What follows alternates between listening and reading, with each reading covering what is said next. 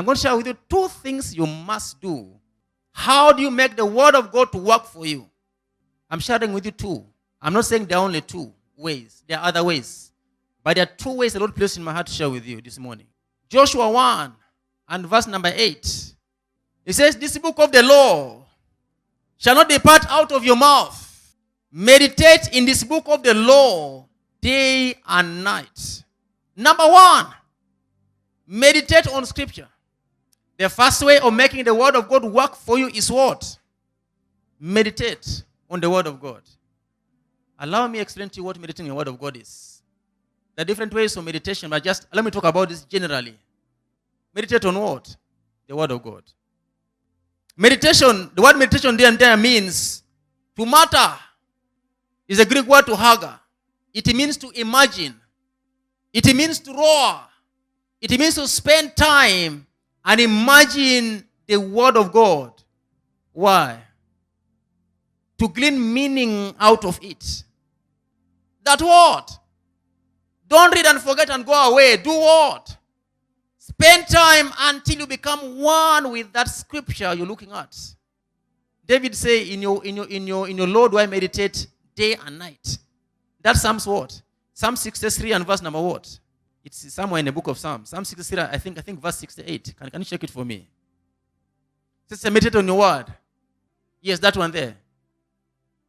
It says, but when I remember you on my bed, I meditate on you in the night watches. You can spend even 1 week or 1 month on a single verse. Until this verse becomes part of you. That if they say anything about that verse, you're never shaken. Some of us read this verse that by his stripes we were healed. If you just spend time, day in, day out, meditate harder on that word, imagine that word, and spend your time on it. Until your heart is convinced beyond doubt that by his stripes I was healed and I can't fall sick anymore. It begins to benefit you. But reading that verse and say, by his stripes I was healed, then you jump around and say, hey, yes, then you go away. Frustration is waiting you. Frustration awaits you. Why? Your mind hasn't got a hold of it yet. What meditation does is, it writes that verse in your mind. That your mind accepts it and says, yes, this is true. You can't tell me now that I'm going to fall sick. I'll tell you, no, it's not true. You know why? I've spent time on those verses that no one can convince my mind otherwise. Close your eyes and imagine a scripture. If you're going to sleep on it. Wake up again, go back on it. Ask the Holy Ghost, speak to me. I'm not talking about cram the scripture. Cram the scripture is powerless. Be transformed by the renewing of your mind. Your mind must be renewed and must be rewritten. That you now believe this, that come rain, come shine, I will not get an accident. Why? No evil befalls me. Can you just spend time, sit, and read that verse? Psalms 91 word. That no evil shall befall you. Spend time. Be deliberate and say, no, from this time to this time, from 9 to 10 p.m. before I go to sleep, I'm going to meditate on this verse. These things must change. Things must change in my life. You understand? Where do you want to change? No evil shall befall you, nor shall any plague come near your dwelling. If someone now says something's going to happen, something's going to happen to you, that verse pops and say, no, it's not true. Why? It's become part of your mind that none can take it away from you. There's an example of, is it Isaac? Genesis 24, I believe it's verse 63. Can you get it for me? The Bible says, and Isaac went out to meditate in the field in the evening. That what? He went out where? In the wilderness to meditate.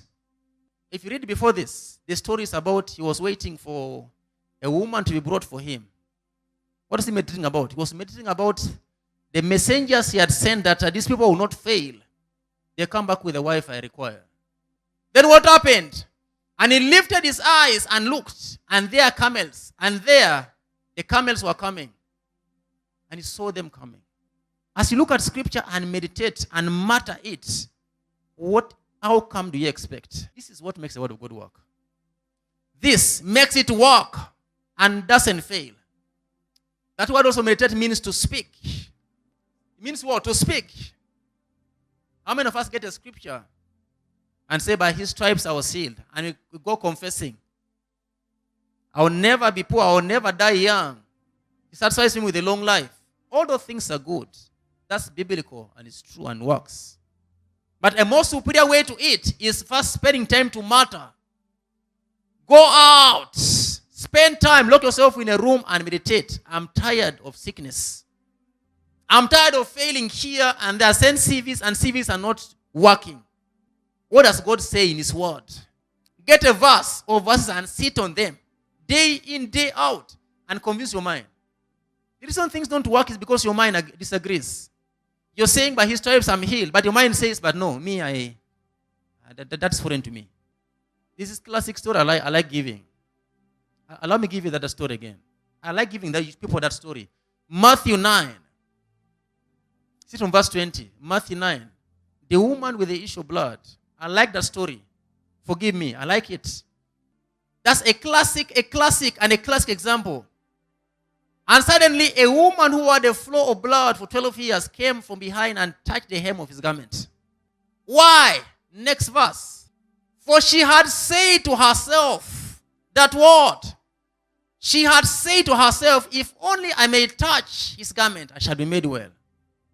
The complete Jewish Bible, I know you don't have it there, says that she spoke to herself that if I could just touch a piece of his garment like this, I'll be made well. What do you think that woman did? As she walked around visiting physicians day in, day out, and she was not getting better, she spent time saying, but where's the solution? Jesus is somewhere. People are very men around him, but what I need, I may not get a word from him, but all I need from him is to touch a piece of his garment, and I'll be made well. Her spirit convinced her soul.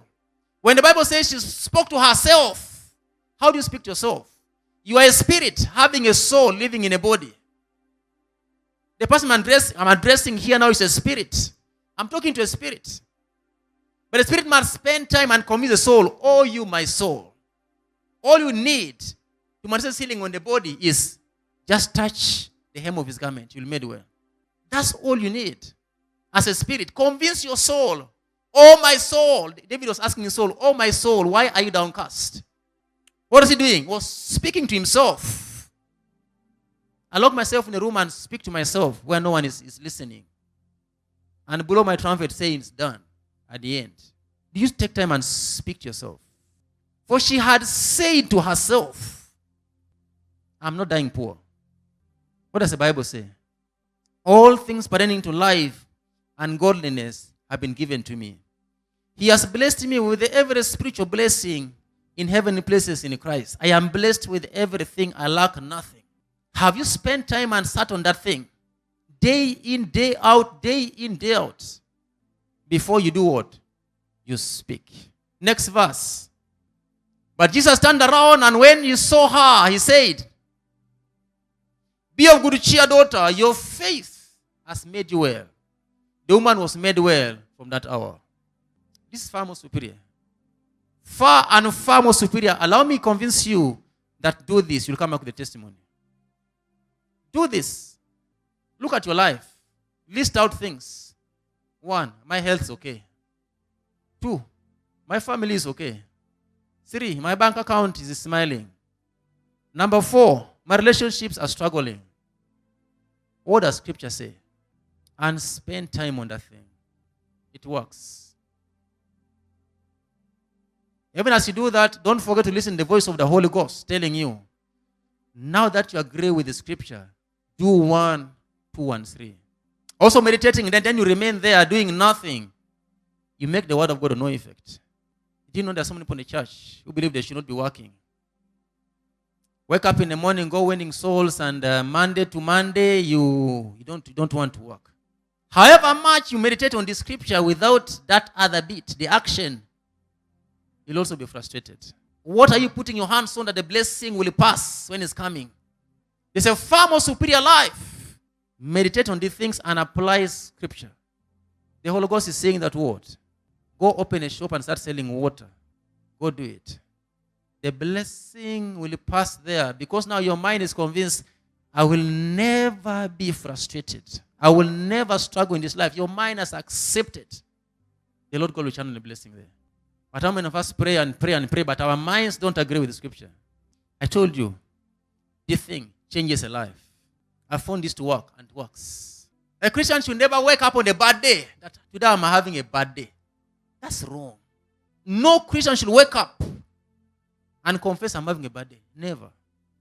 Why?